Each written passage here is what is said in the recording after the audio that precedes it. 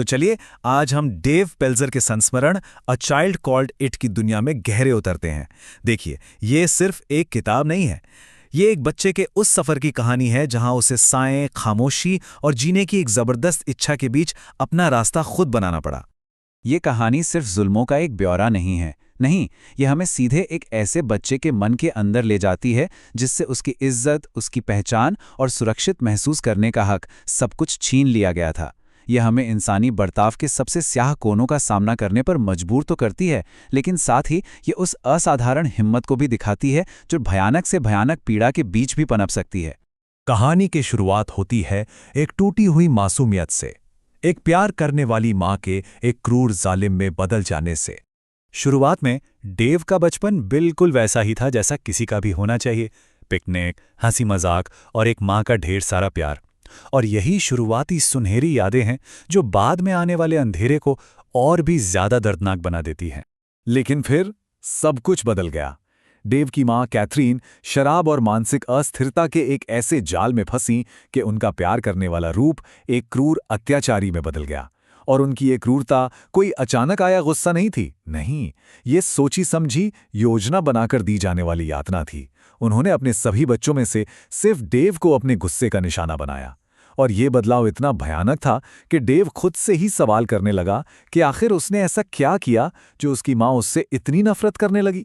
अब कहानी उस हिस्से में आती है जहां क्रूरता की सारी हदें पार हो जाती हैं। लेकिन एक बात समझना बहुत जरूरी है, ये सिर्फ शारीरिक हिंसा नहीं थी, मामला उससे कहीं ज्यादा गहरा था। डेव को जिस तरह के दुर्व्यवहार का सामना करना पड़ा वो कल्पना से भी परे है। उसे कई कई दिनों तक भूखा रखा जाता, कूड़े से बचा खुचा खाने पर मजबूर किया जाता। उसकी माँ ने उसे अमोनिया तक पिलाया, जहरीले धुएं से भरा बाथरूम साफ करवाया, उसे चाकू मारा और घंटों तक ठंडे पानी में लिटाकर रखा। ये सारे काम सिर्फ जिस्मानी चोट पहुंचाने के लिए नहीं थे, ये एक मनोवैज्ञानिक युद्ध था। सबसे बड़ा हमला तो उसकी पहचान पर हुआ जब उसकी माँ ने उसका नाम ही छीन लिया और उसे सिर्फ इट कहकर बुलाने लगी। सोचिए, इस एक शब्द ने उसकी इंसानियत ही मिटा दी और डेव अपने ही घर में एक अनचाही चीज बनकर रह गया। और इस भयावह नाटक में उसके पिता की खामोशी एक दूसरा धोखा थी। वो घर में मौजूद तो थे पर पूरी तरह चुप रहे, और उसके भाई बहन जिन्हें इस जुल्म से बख्श दिया गया था वो बस दूर से सब कुछ देखते रहे। पूरा का पूरा परिवार क्रूरता का एक मंच बन गया और डेव उसका अकेला शिकार। तो इस बाहरी क्रूरता का एक बच्चे के मन पर क्या असर हो रहा था, चलिए उसके अंदर के संघर्ष को समझते हैं। देव ने धीरे धीरे इस दुर्व्यवहार को ही अपनी सच्चाई मान लिया। वो ये मानने लगा कि वो बेकार है, कि उससे कोई प्यार नहीं कर सकता और शायद वो शापित है। वो सूरज से, हंसी से, यहाँ तक कि उस खाने से भी नफरत करने लगा जो उसे कभी मिलता ही नहीं था। ये जो खुद से नफरत का भाव था ना, ये शायद किसी भी शारीरिक जख्म से ज्यादा गहरा था। लेकिन इस घोर अंधेरे में भी उम्मीद की कुछ किरणें बाकी थीं। डेव ने सपने देखना शुरू किया। वो कल्पना करता कि एक दिन वो अपने पिता की तरह एक फायर फाइटर बनेगा या किसी ऐसी जगह भाग जाएगा जहां वो सुरक्षित हो।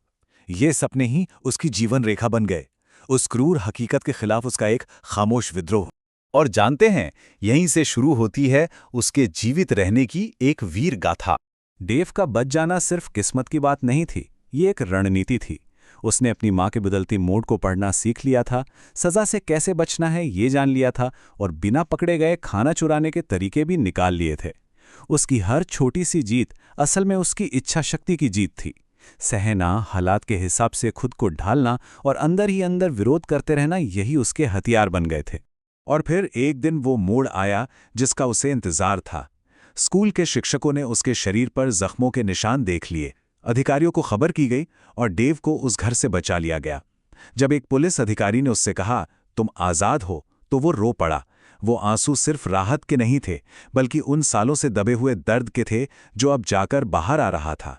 अब ये कहानी हमें आशा और एक नई शुरुआत की ओर ले जाती है।